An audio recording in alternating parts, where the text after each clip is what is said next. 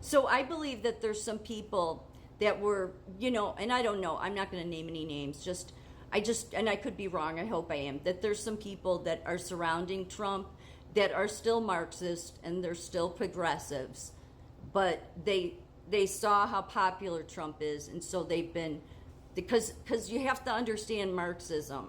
And that's what socialism is. That's why the healthcare system is a disaster, is because it's being politically run by Marxists at all the medical professional associations, because those associations have the lobbyists that are tied to the politicians, that are tied to the regulatory agencies. And that's regulatory capture. And then at the same time, the Marxist ideology that's all through the universities, the socialist ideology, the DEI, CRT, everything. It's in everything. It's everywhere. It's the destruction model of everything, okay? And your universities have promoted it forever. So you have it in the and you won't get those professors, it's a sick mindset. Because it wants to blame the capitalist system. That's what Marx hated the most. But what none of them want to look at is how we don't live under a free enterprise system. So you can't blame capitalism. What we live under is the very capitalism that Marx, or maybe not Marx, but that ideology is in bed with.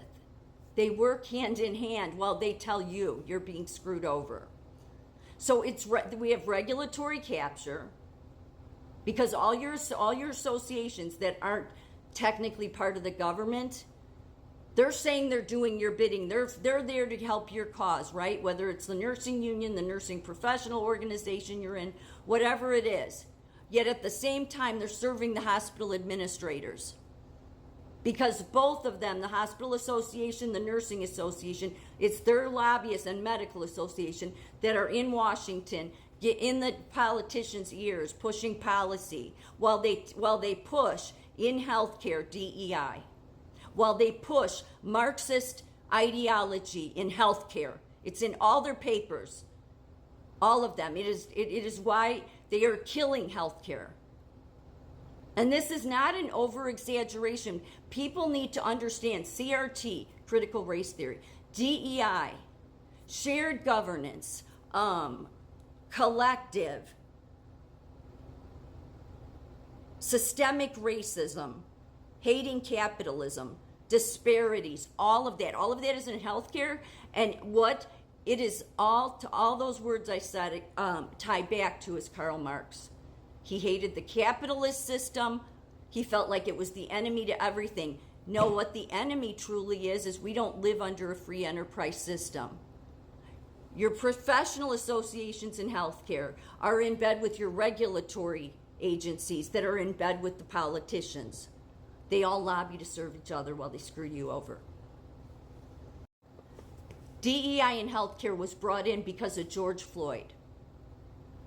George Floyd died of a fentanyl overdose. It was in the autopsy report. Nobody liked seeing those pictures, but it was in the police training manual of what that officer did. It was. And that man has been stabbed to death 32 times, that cop in prison, and yet he shouldn't be in prison. He was doing what he was trained to do, and he didn't kill him. But they used that moment, because look at what did CNN and MSNBC do? They showed that clip over and over and over, just kept showing it over and over again. They needed something. And then what happened was the summer of love. No, it was more like the summer of rage. The racism, racism, racism. That's when I was at Northwestern and Illinois hospitals, all of them. They signed, at least in Chicago and surrounding areas, every single one of them signed this letter. And it was only 1 page long, or 1 page and a half, and 4 or 5 pages of just every hospital that signed it. Talk about a collective. Your nursing associations, medical associations, all of them came out at the same time and did the same thing. The new public health crisis in the middle of COVID was systemic racism. So timed, so deliberate. So many people saw it then. It was like, wait a minute, what? What are you talking? And we stand with BLM. Yeah, and look at what's been exposed with BLM now. They were George Soros created movement that Obama pushed. They weren't a grassroots movement. But that's what they brought their DEI model in. That's how they brought their Marxist ideology in. Because in healthcare, I mean, in nursing. That's why it's in every paper in nursing right now. And it has nothing to do, it will destroy health. Crony capitalism. Crony capitalism networks and relationships significantly influence public policy and decision-making processes by fostering rent-seeking activities. Close ties between business and government encourage rent-seeking behavior, where firms and individuals seek to exploit government favors, subsidies, and regulations to maximize profits rather than competing on merit. Healthcare Association government ties.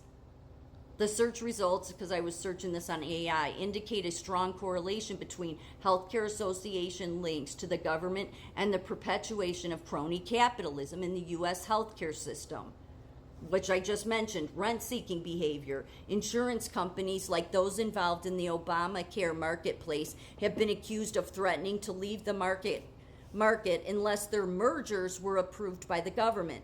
This exemplifies how giant healthcare organizations exploit their connections with government, I can't see part of it because of the recording, to their own interests rather than serving patients' needs. That's exactly right. Everything that's happening in nursing, medical association, all of them, is a Marxist ideology. Will destroy healthcare.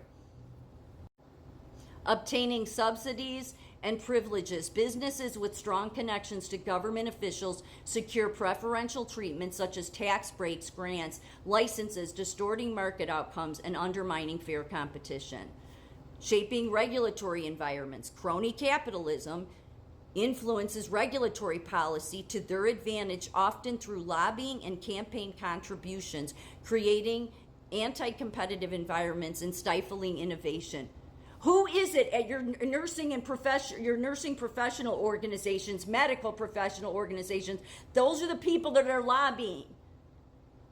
Those are the people that have the influence with your politicians. Those are the people that are setting the standard of care. Those are the people that are saying there's not enough staffing while it gets worse and worse and worse. Why does it get worse and worse and worse? They must not be doing much good lobbying for you, do they?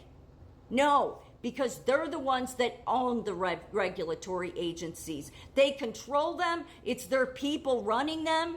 So if they decide they want to screw a nurse over, they can do it. I'm not saying they would, but again, you're dealing with socialists. When you are dealing with socialists, these people do not stop. They won't stop because they know if they do, there'll never be another chance because there's too many people awake. So Trump is a huge threat to socialism because it's a sick system.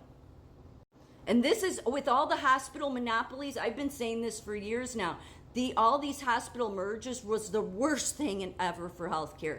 It never should have been allowed to happen. But that's what happens under socialism. That's why they're not going to stop. Favoring large established players. Healthcare associations may lobby for policies that favor large established healthcare providers and insurances, making it harder for new entrants or innovative models to disrupt the status quo. This can perpetuate a system where a few large players dominate the market rather than promoting competition and innovation. That's what's happening.